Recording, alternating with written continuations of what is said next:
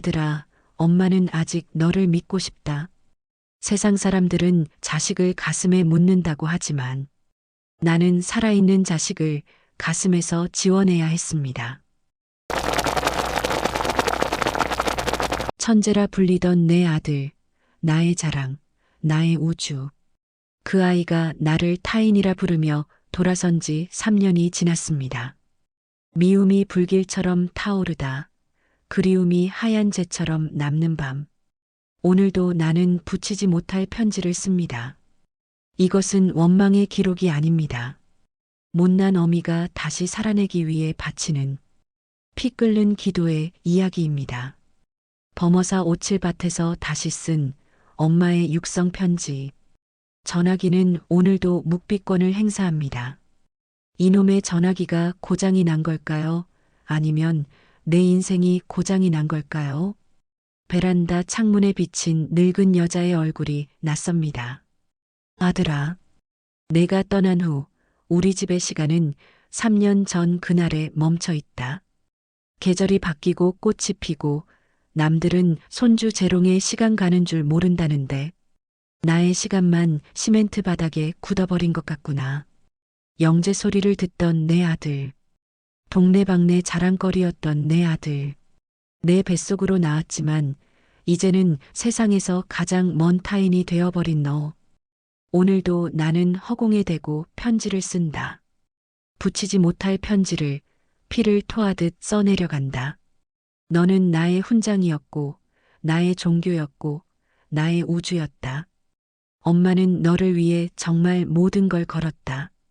우리나라 10손가락 안에 꼽힌다는 영어 과외 선생님을 붙여주고 1년이면 웬만한 직장인 연봉을 갭 투자할 수 있었던 강남 노른자 아파트값만큼의 돈을 오직 너의 교육비로 쏟아부었다. 엄마가 입던 외투는 10년을 입어 소매가 닳고 떨어진 양말을 기워 신으면서도 너의 꿈만큼은 구멍 나지 않게 세상 누구보다 비단길만 걷게 하고 싶었다. 엄마, 나중에 성공하면 내가 호강시켜 줄게. 그 고사리 같은 손으로 내 거친 손을 잡으며 했던 말. 나는 그 말을 탯줄처럼 붙들고 살았다. 내 아들은 다르니까. 내 아들은 특별하니까. 너의 그 명석한 두뇌가, 너의 그 반짝이는 눈빛이 나를 이 구질구질한 현실에서 구원해줄 동아줄이라 믿었다. 그래, 그때 우리는 참 행복했었는데. 하지만 행복은 시한부였더구나. 장가를 가던 날 너는 세상에서 제일 멋진 신랑이었어. 하지만 나는 보았다. 내 옆에 선 그 아이를 보며 내가 나를 보던 눈빛이 달라지던 그 찰나를. 어머니, 이제 저희끼리 알아서 할게요. 처음엔 그게 든든한 어른의 말인 줄 알았다. 하지만 알아서 하겠다는 말은 어머니는 빠지세요라는 경고였음을 나는 몰랐다. 명절에 오지 않겠다는 전화를 받았을 때 내가 바빠서가 아니라 며느리의 눈치를 보느라 그런다는 걸 알았을 때 내 가슴엔 금이 가기 시작했다. 영재였던 내 아들. 그 똑똑한 머리로 너는 나를 논리적으로 밀어내더구나. 엄마 아빠를 보면 한 달 내내 기분이 나빠. 내 사랑이 집착으로 매도당하던 날. 내 헌신이 부담으로 둔갑하던 날. 나는 깨달았다. 내가 키운 건 아들이 아니라 아주 똑똑하고 차가운 괴물이었을지도 모른다고. 오칠처럼 까맣게 타들어간 마음. 답답한 마음에 집을 나섰다. 숨이라도 쉬어야 살 것 같아서. 발길 닿는 대로 간 곳이 성파 스님과 옷밭 아카데미의 오칠 한국화 전시회였다. 전시장에 들어서자 검붉은 오칠 그림들이 나를 압도하더구나. 그 깊고 어두운 색이 꼭 내 속 같았다. 수없이 덧칠하고 말리고 다시 칠하며 1000년을 견딘다는 옷. 내 속도 아들을 기다리며 저렇게 까맣게 아주 시커멓게 타들어갔는데 저 그림들은 어찌 이리도 고고하게 빛이 나는 걸까? 내 아픔은 독이 되었는데 스님의 오칠은 예술이 되었구나. 홀린 듯 전시장을 나와 범어사로 향했다. 대웅전 앞마당에 들어서니 마침 화엄살림 대법회가 열리고 있더구나. 그 수많은 인파 속에 나도 모르게 털썩 주저앉았다. 법상에 오르신 성파 스님의 목소리가 벼락처럼, 그러나 봄비처럼 내 정수리에 꽂혔다. 화엄살림은 가장 큰 살림이다. 나무가 모여 숲이 되듯 우리 마음도 그러하다. 스님은 말씀하셨지. 마음자리를 잘 써야 한다. 고운 마음으로 쓰고 실천하고 행하라. 순간 멍하니 눈물이 흘렀다. 마음자리를 잘 써야 한다. 나는 지난 3년 동안 어떤 마음을 쓰고 있었던가. 아들에 대한 서운함, 며느리에 대한 처절함, 내 처지에 대한 비관. 나는 내 마음을 나를 태우는 지옥 불쏘시개로만 쓰고 있었구나. 고운 마음으로 실천하고 행하라 하셨는데 나는 저주하고 원망하는 마음만 행하고 있었구나. 부처님 앞에서 나는 아들을 잃은 피해자가 아니라 독한 마음을 품은 죄인이 되어 고개를 숙였다.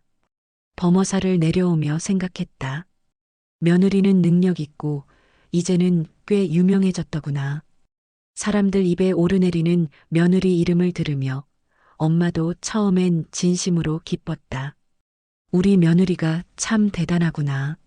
아들이 좋은 짝을 만났지. 그런데 아들아, 엄마는 묻고 싶다. 왜 너의 성공도, 며느리의 성공도 엄마의 기쁨이 되지 못했을까? 왜 그 화려한 성공의 빛 뒤에서 엄마는 점점 그림자처럼 희미해져만 갈까? 너의 성공을 위해 엄마는 늘 혼자 버텼고 힘들어도 너에게 내색하지 않았는데 그저 엄마가 너에게 이제 필요 없는 사람이 된 것 같은 이 기분이 참으로 서럽구나. 그리고 며느라, 너에게도 하고 싶은 말이 있다. 내가 누구보다 치열하게 노력하는 사람이라는 걸 안다. 그래서 더 말하고 싶다. 우리 아들은 어릴 때부터 늘 스스로를 몰아세우던 아이였다. 잘해야 한다고, 누구에게도 짐이 되고 싶지 않다고, 엄마에게 부담 주기 싫다고 늘 애썼던 아이였다. 그런 아이가 지금 너희 가정의 무게까지 모두 짊어지고 있다면 너는 우리 아들이 조금 숨을 쉴 공간을 줄 수 있겠니? 며느라, 어머니는 너를 미워하지 않는다.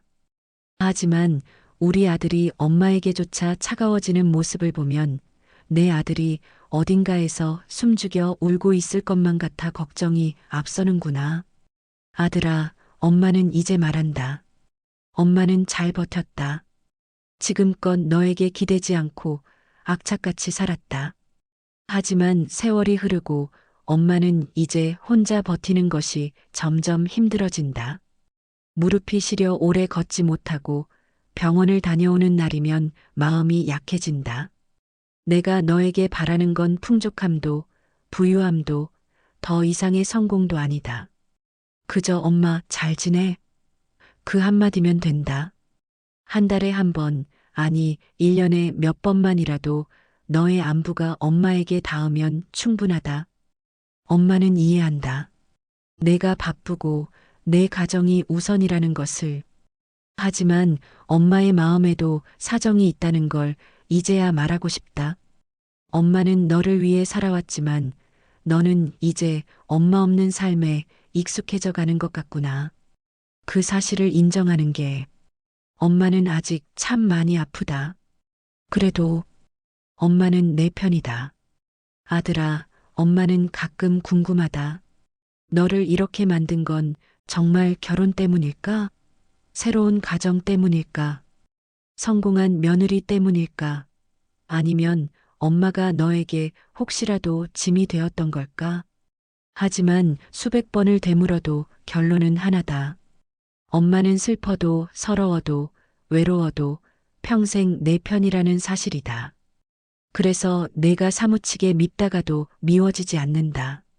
밉다가도 보고 싶고 서럽다가도 그리운 게 엄마의 마음이다. 세상 모두가 너에게 등을 돌려도 마지막까지 내 등 뒤에 서 있을 사람은 나뿐이라는 걸 너는 언제쯤 알게 될까? 언젠가 내가 돌아온다면. 아들아, 혹시라도 내가 살다가 조금이라도 지치고 숨이 막힐 때가 온다면 그때 잠시 엄마를 떠올려라.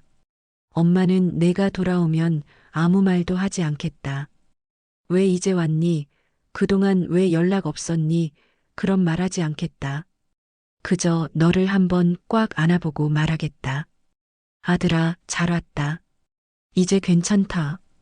엄마의 품은 내가 필요할 때 언제든 머물 수 있는 빈자리로 남겨두겠다. 그러니 부담 갖지 말고 미안해하지도 말고 언제든 오너라. 오늘도 밥을 짓는다. 혹시라도 내가 올까봐 내가 제일 좋아하던 김치찌개를 끓인다. 찌개가 식어가고 밥이 말라가도 나는 이 식탁을 치우지 못할 것 같다. 이 밥상은 나의 수행이고 나의 기도다. 아들아, 엄마는 아직 너를 믿고 싶다. 내가 잠시 길을 잃은 것뿐이라고. 오늘도 엄마는 너의 이름을 불러본다. 소리내어 부르지 않아도 가슴속에서 늘 너를 찾아 헤매고 있다.